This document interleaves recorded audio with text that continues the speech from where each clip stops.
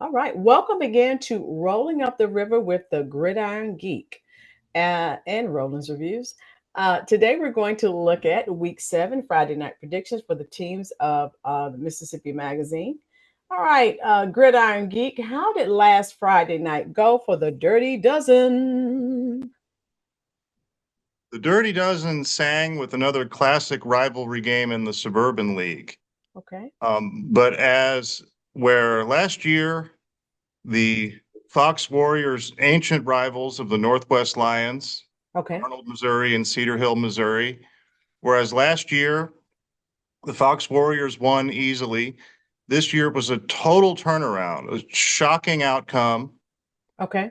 at the Northwest homecoming, where we thought Northwest might have a little homecoming blues against a real tough, burly opponent in the Fox Warriors. Northwest shined. All right. Cohen Stark. Uh, you can't say that the Northwest quarterback Cohen Stark hasn't had a breakout performance before, Okay. but if he never had a breakout performance before, this was the breakout performance. Cohen dominated, really not even on the stat sheet so much as he just dominated the action on the field. They couldn't tackle Cohen, not Okay. on offense, not on special teams. Northwest came very, very close to invoking the mercy rule Oh, on the Fox Warriors. Yeah.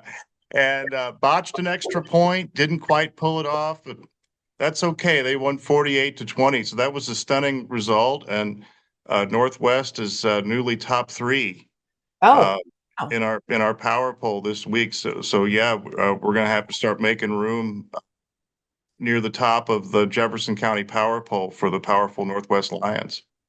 Okay. Well, let's see if Mr. Cohen Stark can keep it going with another Lions win in week 7. Our first game to predict this week is the Northwest Lions at Hazelwood East Wildcats. You know what? I wrote that down wrong as Hazelwood East originally. Right. And you might still be looking at some information over there that would be my fault because it's actually the Hazelwood West Wildcats. Yeah, it says We have East. all these schools in St. Louis where there's Yeah. like 10 of them, Okay. like Hazelwood East, Hazelwood West, Hazelwood South, Parkway North. And we get, it's easy to confuse. So no big deal. Okay. Um, I think it's a cupcake game either way for Northwest. Okay. I think that Northwest kind of deserves a cupcake game at this point. A nice easy road trip, or there's never such thing as an easy road trip, but an easy game on the road.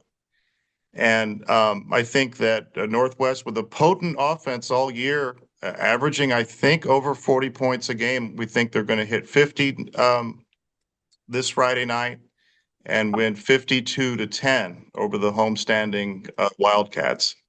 Okay. All right. Okay. Northwest Lions at Hazelwood West Wildcats. All right. Our next game is the DeSoto Dragons at the powerful Hillsboro Hawks. And how do you see the Hillsboro DeSoto game playing out after a much tighter contest in 2024? I think that there's more than a few people in DeSoto that might be a little frustrated with this prediction. Of course, we have some boosters from Hillsboro that might be frustrated that the prediction is so close. Okay. You hate to predict the same outcome over again. Okay. You don't want to say that DeSoto is going to play another terrific game against Hillsboro, which they really had a fantastic effort in defeat Oh, against Hillsboro last season. And I definitely think that DeSoto is good enough to bother the Hillsboro Hawks okay. for 4 quarters.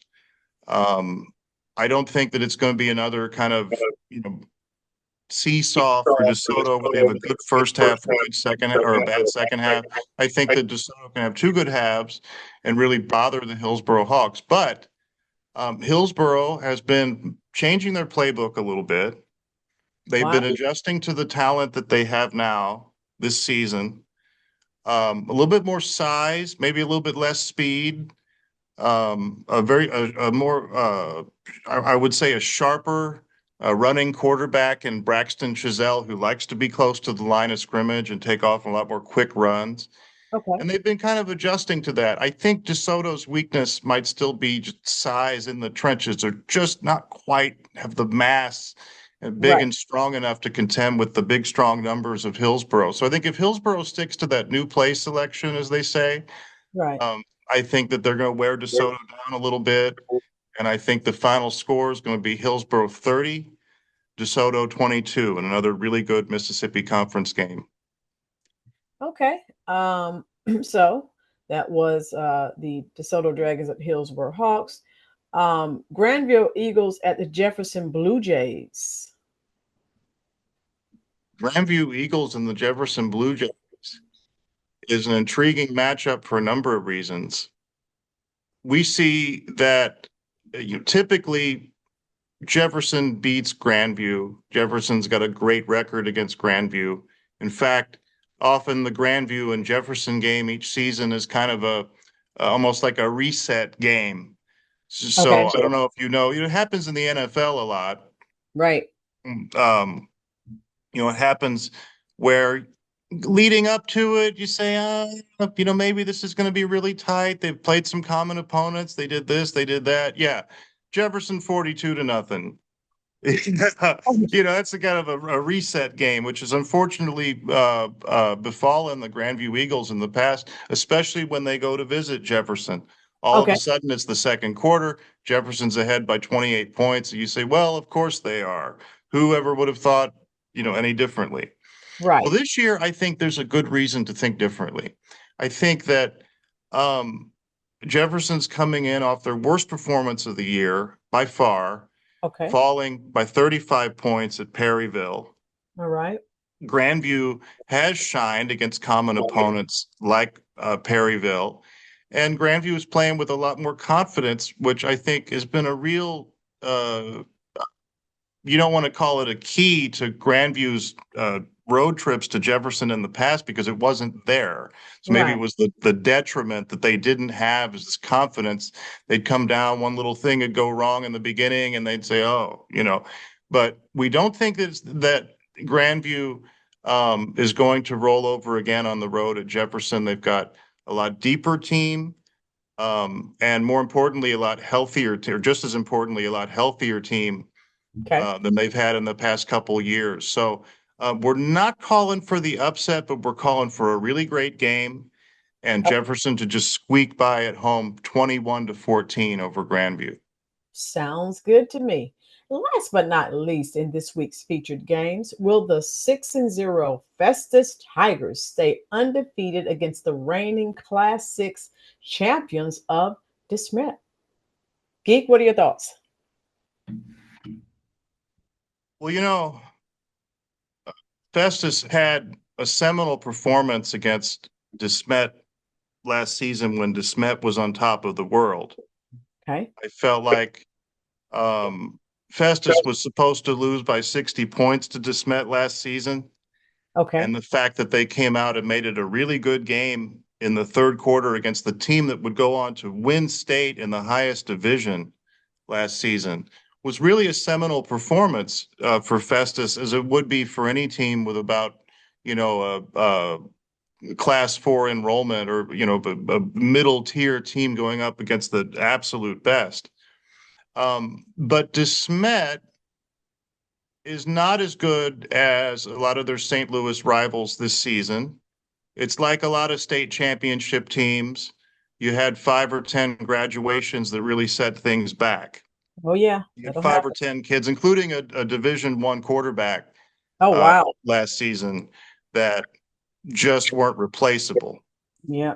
So coaches talk about, we're reloading, we're getting this. Okay, but they're Okay. not. You don't have another Division I quarterback just waiting Yeah. up the pike usually. Yeah. Right. Um, so DeSmet is having a season this year where they kind of look like a better match for a Class 4 team like Festus, frankly. I think that's almost guaranteed to be a good game. Some statistics have emerged where the Festus quarterback Parker Perry, the junior first year starter, now this is remarkable. The junior first year starter has completed over 80% of his first 100 attempts for just an astronomical level of accuracy. Oh, wow. And although Festus offense is so balanced, it's like an ensemble cast. You don't see too many people stand out with these eye-popping statistics. That was definitely an eye-popping statistic. And it made us think about how, Festus relies on this kind of really good execution under head coach AJ Afadale, and relies on having such a smart quarterback that almost never throws an interception or an incomplete pass. Right. But I have to say, having said all that, I don't know that an old dog can change its stripes that much. I think Festus might be kind of due for an off night after Okay. all of the glory of the past 10, 20 games. I think there comes a point where, you're on the road to a bigger campus in St. Louis, and you know that the team you're taking on has such a pedigree, you tend to get a little bit more nervous. Parker Perry might be the greatest first-year starter that we've ever seen, but he's still a first-year starter. Right. And so I think that tonight might just be, or in case this video comes out on Friday, I'm just saying tonight or Friday. If you're watching this on Thursday, I think Friday could be the night that Festus finally has a bad game. And we're calling for a minor upset for Oh, the undermanned 2025 DeSmet Spartans to beat Festus 31-27 in a minor upset. But I hope I'm wrong. okay. We shall soon see. Now it's time for the Geeks quick takes on the county's 6 remaining games this Friday. And our first matchup is the North County Raiders at the Windsor Owls.